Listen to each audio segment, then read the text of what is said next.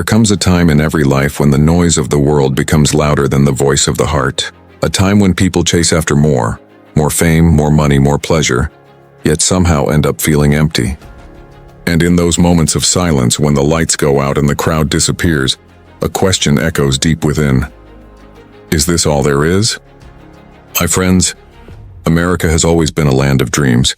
From the first settlers who crossed the ocean searching for freedom, to the workers who built our cities brick by brick, to the scientists, artists, and soldiers who gave everything for something greater than themselves.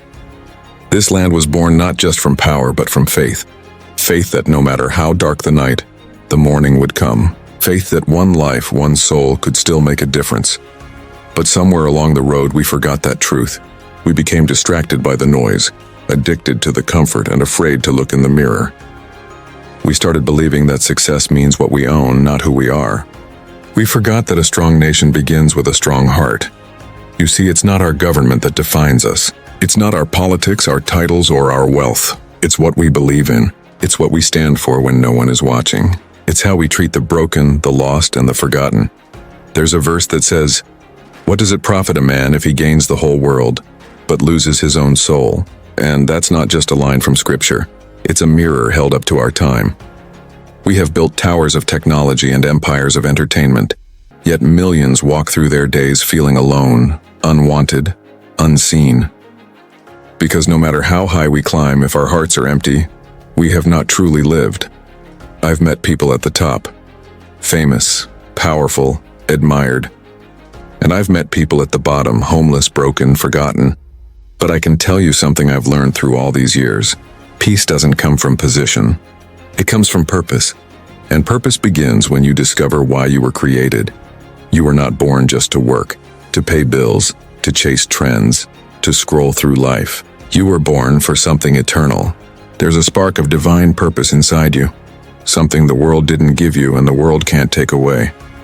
That's why even when you fall, something inside you still whispers, "Get up." That's why even when life breaks you, something deep within still believes there's more.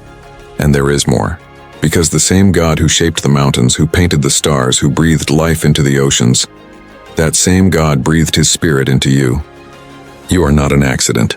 You are not forgotten. You are loved, even when you feel unlovable. You are chosen, even when the world rejects you. You are called, even when you don't understand the path ahead.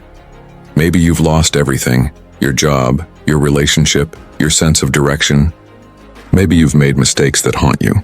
Maybe you've walked so far into darkness that you can't see any way back. But listen to me, there is no pit so deep that God's hand cannot reach you. No sin so great that his mercy cannot forgive you. No pain so strong that his love cannot heal you. America doesn't just need stronger leaders or louder voices.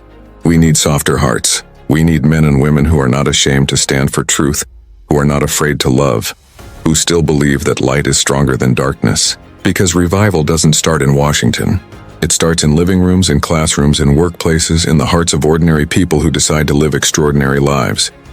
And you, listening right now, you might be one of them.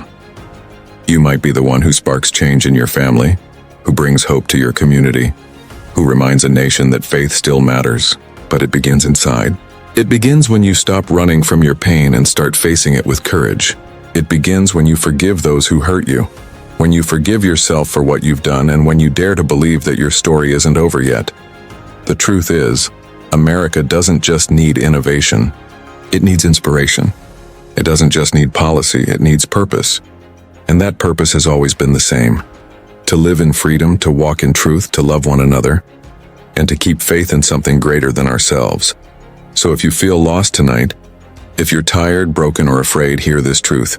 You are not alone. The same God who lifted nations can lift you. The same light that broke through history can break through your heart. And the same grace that built America's spirit can rebuild yours too. Because hope isn't dead. It's waiting. It's calling. And it's calling your name. There's something about storms that reveal who we really are. When the skies turn dark and the winds begin to howl, when everything you built begins to shake, that's when you discover the foundation of your life. Because anybody can believe when the sun is shining. Anybody can smile when the road is smooth. But faith, real faith, is born in the fire. It's tested when the dream collapses, when the phone stops ringing, when the people you trusted turn away. And if you've lived long enough, you've been through a storm. Maybe it was the storm of loss, the storm of rejection, the storm of depression, or the storm of failure. And you looked up to heaven and said, "God, where are you?" But let me tell you something, my friend. God has never left you. He was there when you were crying in silence.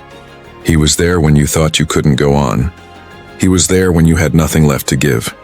And though you couldn't see him, he was guiding you through the waves, because faith isn't the absence of storms. Faith is learning to trust while you're still in the rain. It's believing there's purpose in your pain, that the same God who allows the storm also commands it to cease. Some people say, if God loves me, why would he let me suffer? But love doesn't mean protection from all pain. It means presence in the pain. It means there's a reason even when you don't understand. Because sometimes God doesn't calm the storm around you. He calms the storm within you, and maybe that's what America needs again. Not another comfort zone, but a wake-up call. Not another distraction, but a moment of clarity. We've been trying to fill the emptiness with entertainment, the loneliness with noise, the fear with pride. But we can't fix a spiritual problem with physical solutions. We need to look higher. We need to look deeper. We need to remember the voice that still whispers, "Be still and know that I am God." Every great revival began with broken people. Not perfect ones. Not powerful ones. Just people who had come to the end of themselves. People who fell to their knees and said, "God, I can't do this alone." And that's where strength begins, in surrender. When you stop pretending you've got it all figured out. When you stop fighting the current and let his grace carry you. Because the same hands that formed the stars are strong enough to hold your shattered heart. I've met men who lost everything. Their businesses, their families, their homes. And I've watched some of them rise again. Not because of luck, but because of faith. They learned that life isn't about avoiding the fall. It's about learning how to rise after you've hit the ground. Maybe you're watching this right now, and you've hit that ground hard. You've made choices you regret. You've hurt people you loved. You've looked in the mirror and barely recognized the face staring back. But listen to me, failure isn't final. Mistakes aren't your identity. Your past is not your prison. Because grace means you can start again. When a seed falls into the dirt, it doesn't die, it begins. It breaks open, hidden beneath the soil where no one can see it. And in that darkness, something beautiful starts to grow. That's what God does with us. He takes the broken pieces of our life, the pain, the shame, the loss, and he turns them into purpose. He takes our ashes and builds something beautiful. You might not understand it now. You might not see the light at the end of this tunnel. But one day you'll look back and realize the storm didn't destroy you. It defined you. It taught you how to stand. It revealed what truly matters. And it brought you closer to the one who never left. There's a story of a man who lost his way at sea. For days he drifted. No food, no light, no hope. One night, in desperation, he lit a small fire in his lifeboat to keep warm. But the wind blew strong and the fire spread, burning his few possessions and leaving him with nothing. He wept as the smoke rose into the dark sky, thinking it was the end. But hours later, a rescue ship appeared on the horizon. They said, "We saw your smoke. It led us here." Sometimes what you think is your destruction is really your deliverance. The thing that breaks you may be the very thing that saves you. Because God can take what the enemy meant for harm and use it for good. So don't curse the storm. Learn from it. Don't run from the pain. Grow through it. Don't give up when it hurts. Press forward when it matters most. Because the same rain that floods can also make the ground fertile again. And when you come out of that storm, you won't be the same person who walked in. You'll be stronger, wiser, more compassionate, more grateful. And you'll realize that what was meant to destroy you was actually shaping you into someone new. America has always risen after every storm. After wars. After depressions, after divisions, because deep inside this nation's heart, there's still faith. There's still a people who believe that tomorrow can be better than today. And that belief, that faith, is the key to our survival. So when your storm comes, and it will, don't lose heart. Don't quit. Lift your eyes. Because you are not alone in the storm. And when the clouds break, you'll see that the light never truly left. It was just waiting for you to believe again. There's something sacred about starting over. Something powerful about getting a second chance. Not because you earned it, but because grace gave it to you anyway. You see, every one of us carries wounds. Some are visible, scars that the world can see. But the deepest ones, the real ones, are often hidden. They live behind quiet smiles, behind polite conversations, behind the walls we build so no one can see our pain. And we say, "I'm fine." We tell the world we're okay. But deep down we're not. We're bleeding from the inside. We're angry. We're tired. We're ashamed of what we've become. Maybe you've hurt someone. Maybe someone's hurt you. Maybe you've carried bitterness for years, so long that it's become a part of who you are. But friend, bitterness doesn't protect you. It poisons you. It chains you to the past, and no one can walk into their future while dragging the weight of yesterday. Forgiveness doesn't mean what happened was right. It doesn't mean you forget the pain. It means you refuse to let it control you anymore. It means you choose freedom over resentment. You choose healing over hate. Because forgiveness isn't weakness, it's power. It's strength under control. Think about it. The strongest people you've ever met aren't the ones who never fall. They're the ones who rise again and say, "I still believe in love. I still believe in goodness. I still believe in hope." And maybe that's what America needs right now. Not more division, not more arguments, but more forgiveness. More compassion. More understanding that we're all fighting battles others can't see. We've been shouting at each other for too long. Pointing fingers, building walls, drawing lines. But the truth is, we belong to one another. We rise together or we fall together. And the moment we choose to forgive, to truly forgive, is the moment healing begins. It starts small. It starts when you look in the mirror and say, "I forgive myself." Because how can you offer grace to others if you won't give it to yourself? You are not the sum of your failures. You are not defined by the worst thing you've ever done. You are more than your mistakes because God's mercy is greater than your mess. He specializes in rebuilding broken things. He takes shattered dreams and makes them whole again. He restores what time has stolen. He breathes life into dry bones and gives beauty for ashes. I remember meeting a man who had spent years behind bars. When he walked out, he said something I'll never forget. "I lost everything. But in that darkness, I found God. And when I found God, I found myself." That's what redemption looks like. It's not about erasing the past, it's about transforming it. It's about letting God rewrite your story from the inside out. And when that happens, when grace touches your life, you begin to see others differently too. You stop judging and start understanding. You stop condemning and start loving. Because once you've been forgiven much, you learn to forgive much. Maybe that's how nations heal. Not through politics, but through people willing to love again. Willing to say, "I'm sorry." Willing to listen. Willing to believe the best in others again. It takes courage to rebuild. It takes faith to forgive. But it also takes love. Real love. The kind that doesn't give up when things get hard. Because love isn't just a feeling. It's a choice. A daily decision to act with kindness when anger feels easier. To reach out when pride says, "Stay silent." To believe that even after the greatest pain, there can still be peace. You might say, "But I've been broken too many times." And I'd say maybe that's where your strength is born. Because brokenness doesn't mean you're finished. It means you're ready to be rebuilt. When gold breaks, the Japanese fill the cracks with lacquer mixed with powdered gold. They don't hide the damage, they make it beautiful. And the art they create is stronger than it was before. That's what God can do with your life. He can take the cracks and fill them with grace.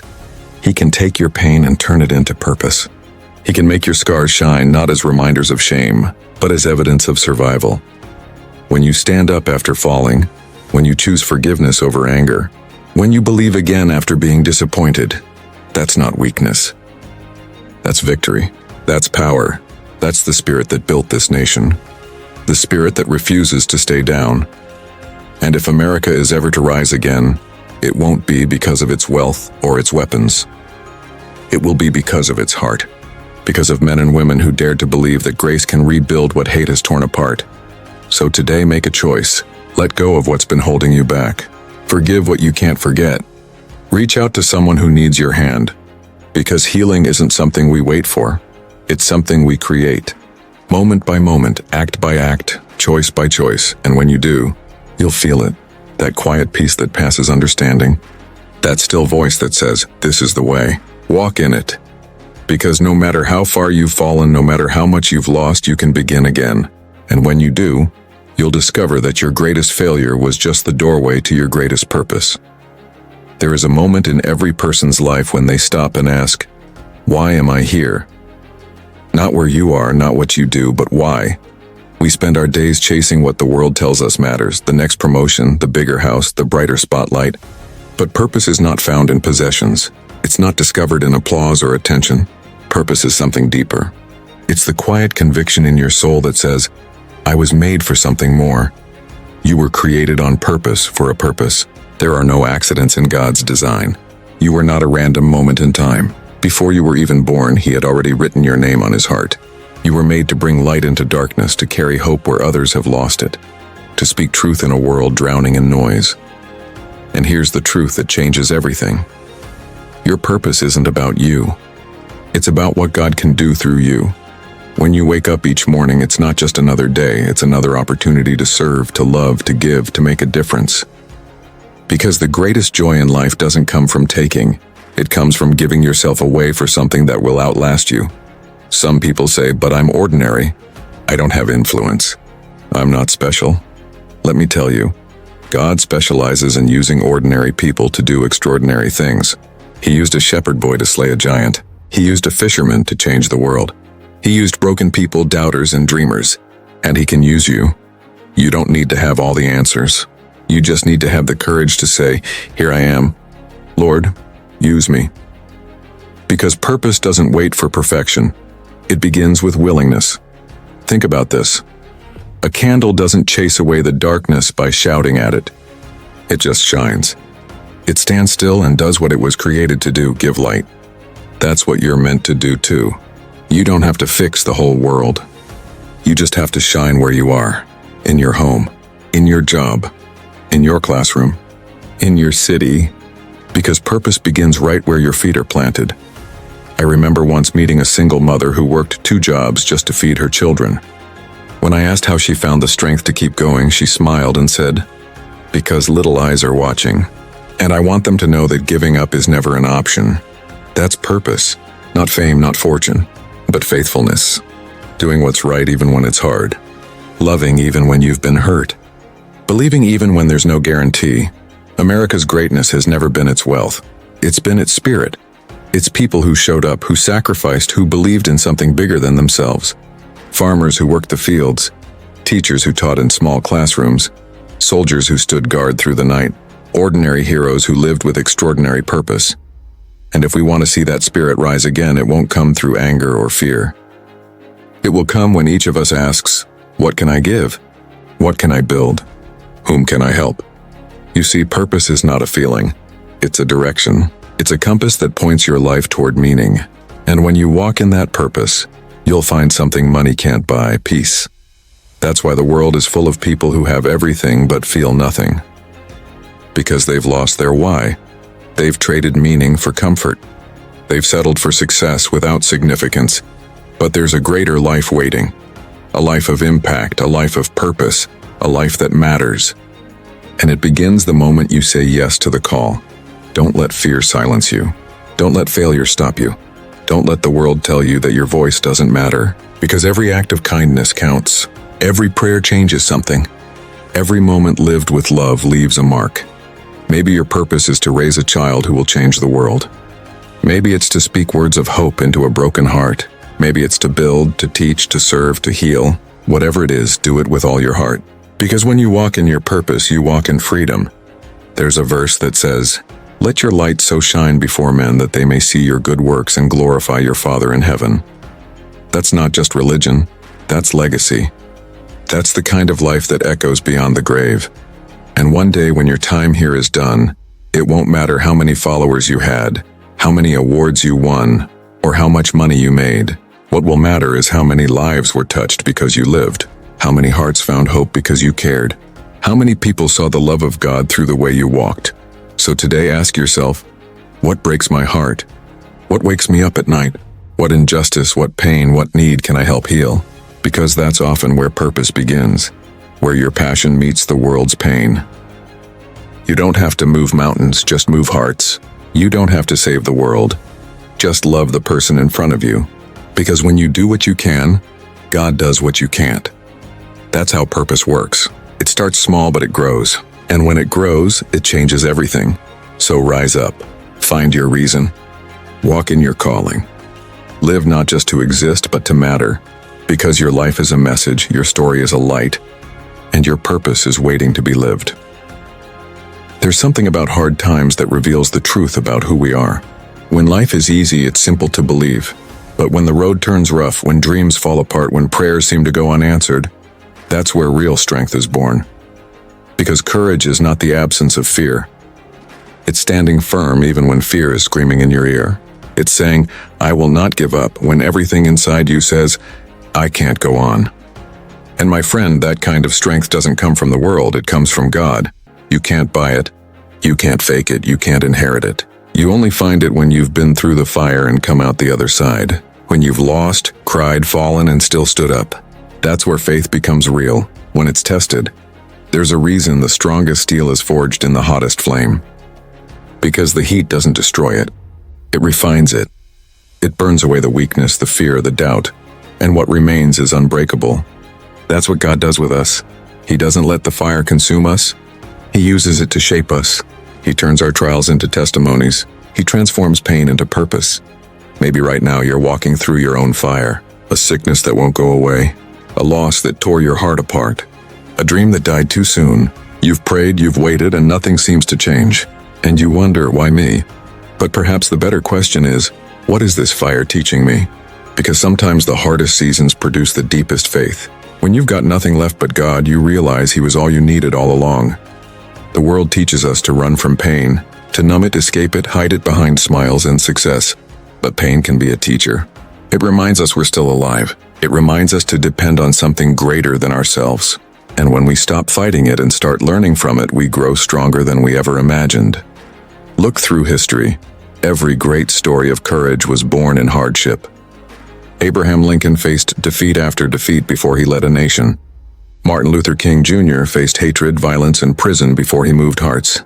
Rosa Parks sat down when the world told her to stand. They didn't find courage because life was easy. They found it because their purpose was greater than their fear. And that's the same spirit that built America. The courage of the farmer who planted seeds in drought, the soldier who fought for freedom he might never see, the mother who raised her children alone but never gave up. Ordinary people with extraordinary faith. That's what makes this nation strong. Not power, not wealth, but resilience. But somewhere along the way we forgot that strength isn't comfort. It's character. We've become so afraid of struggle that we've forgotten its value. We ask God to make our path smooth, but He knows that a smooth path never built a strong heart. So He lets us walk through the storm, not to break us, but to build us. You might feel like the fire is too hot right now, that the weight is too heavy, that you can't take another step. But hear this truth. You are stronger than you think, because God is stronger than you know. You are not defined by what you've lost, but by what you refuse to let go of. Your faith, your hope, your love. Because even when everything else is stripped away, those three remain. And when you hold on to them, you will rise again. There's a verse that says, "When you pass through the waters, I will be with you, and through the rivers they shall not overwhelm you. When you walk through the fire, you shall not be burned." Notice it doesn't say if you pass through the fire, it says when, because it's a part of life. But so is victory. So is redemption. So is resurrection. I've met people who've lost everything, homes, families, dreams. And yet when they speak, you feel something different in their voice. There's a quiet strength, a peace that can't be explained, because they've walked through the fire and found God in the flames. They've learned that the heat doesn't last forever, but what it leaves behind is unshakable. Maybe that's you today. You've cried until there are no tears left. You've fallen and don't know if you can rise again. But listen, every sunrise is proof that darkness doesn't win. Every heartbeat is proof that your story isn't over. Every breath is an invitation to start again. Don't let the fire fool you. It's not your end. It's your beginning. It's where strength is born, where faith grows, where destiny takes shape. And when you come out of it, you'll carry something priceless. Wisdom, compassion, humility, faith. You'll speak and others will listen, because your words won't come from theory. They'll come from testimony. The fire that was meant to destroy you will become the proof of your strength. The pain that broke you will become the story that heals others. The tears that fell in private will become the seeds of public victory. Because courage isn't found in comfort. It's found in the valley, in the silence, in the struggle. It's found when you hold on to hope even when everything falls apart. So don't despise your fire. Don't curse your struggle. Embrace it. Because when God brings you through it, and He will, you'll realize the fire didn't destroy you. It refined you. And the reflection you'll see in the ashes will be stronger, wiser, and more radiant than before. When a heart heals, it beats stronger. And when a nation's heart heals, it begins to live again. There was a time when people looked at each other not as enemies but as neighbors. When we could disagree without destroying one another. When we believed in something higher than politics, higher than pride. We believed in each other. But somewhere along the way, something changed. We started drawing lines instead of building bridges. We began labeling people instead of listening to them. And now the noise of division has become so loud that we've forgotten the quiet power of compassion. My friends, America doesn't need more anger. It doesn't need more blame. It needs more love. Not the kind of love that's just words, but the kind that takes action, that feeds the hungry, defends the weak, and treats strangers as brothers and sisters. Because love has always been the greatest weapon of all. It conquers where hatred fails. It heals what power cannot. It builds where destruction only breaks. Think about it. When a soldier runs into danger to save a life, that's love. When a nurse holds the hand of a patient who's scared, that's love. When a teacher refuses to give up on a struggling child, that's love. It's not grand speeches or great titles, it's quiet acts of grace that change the world. And that's what made this nation great. Not wealth, not weapons, but we, the people. People of every color, every background, every story, coming together under one truth, that all men and women are created equal, and that freedom is not a privilege, it's a gift.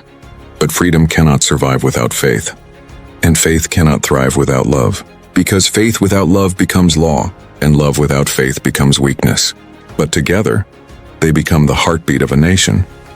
The Bible says, if a house is divided against itself, that house cannot stand. And the same is true for nations. Division is a disease that slowly eats away at our soul. It blinds us, confuses us, weakens us. But unity built on truth, justice, and grace is the cure. We don't have to look alike, think alike, or live alike to love one another. Love doesn't erase our differences. It redeems them. It teaches us to see the image of God in every person we meet. Because when you start seeing people not as problems but as souls, everything changes.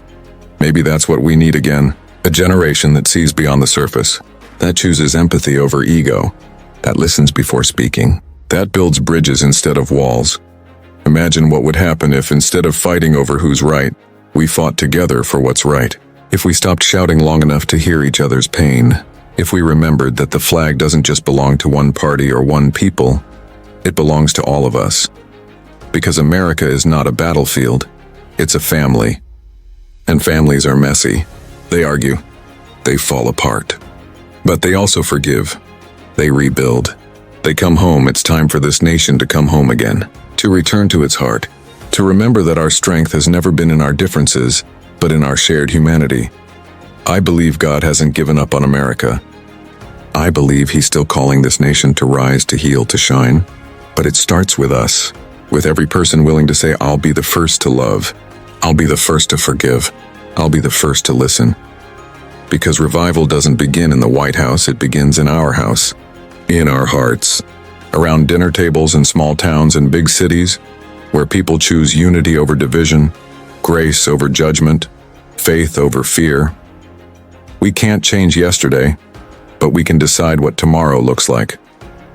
We can raise a generation that knows compassion, that values truth more than comfort and service more than status.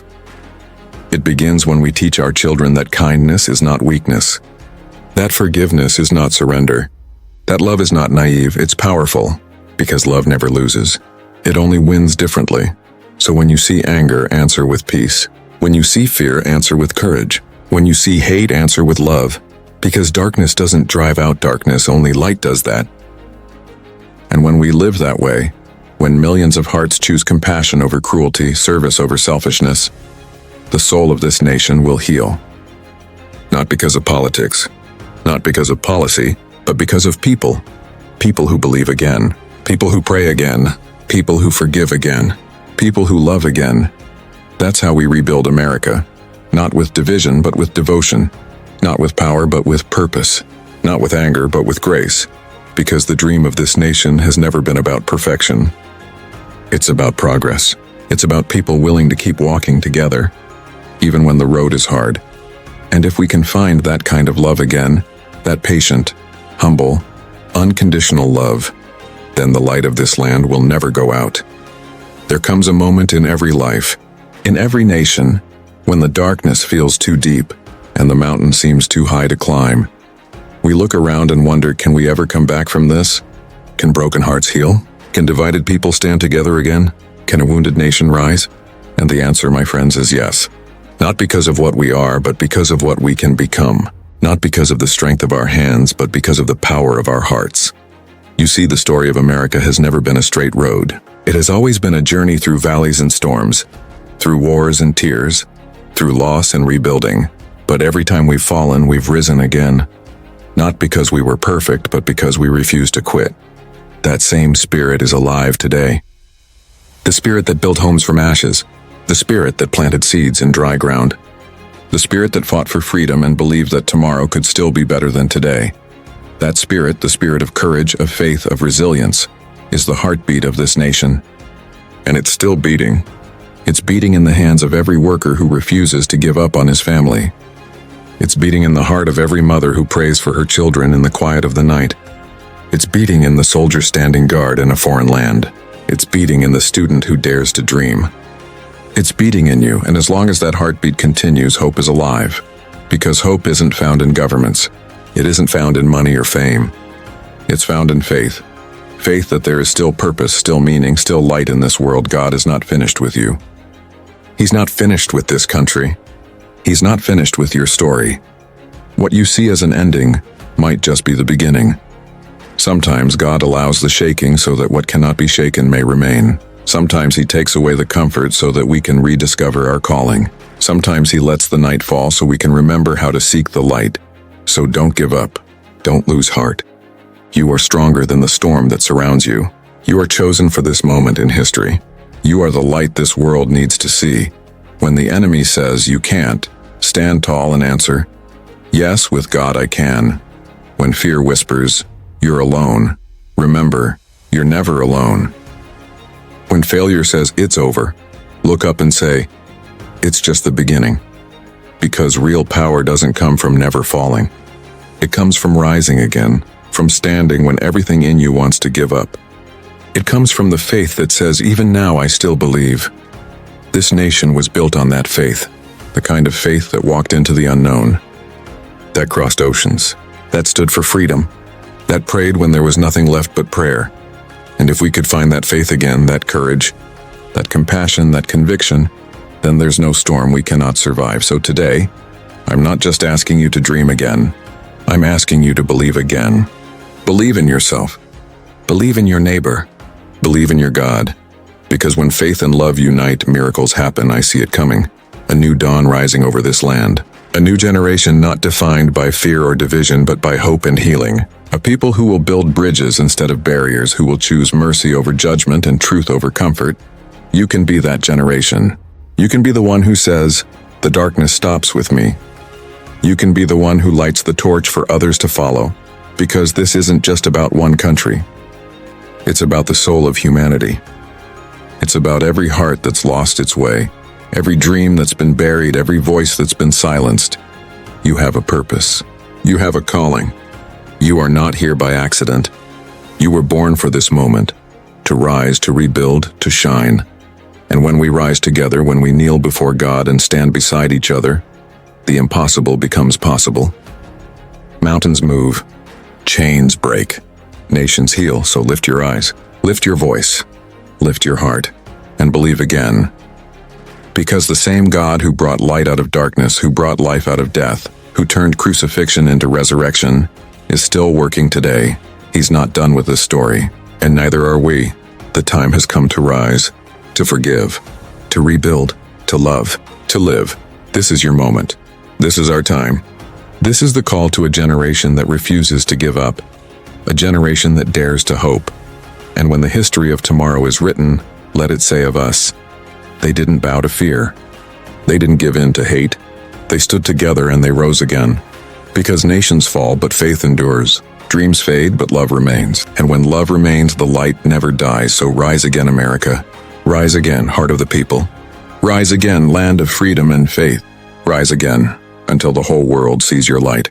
Because your best days are not behind you, they're still ahead.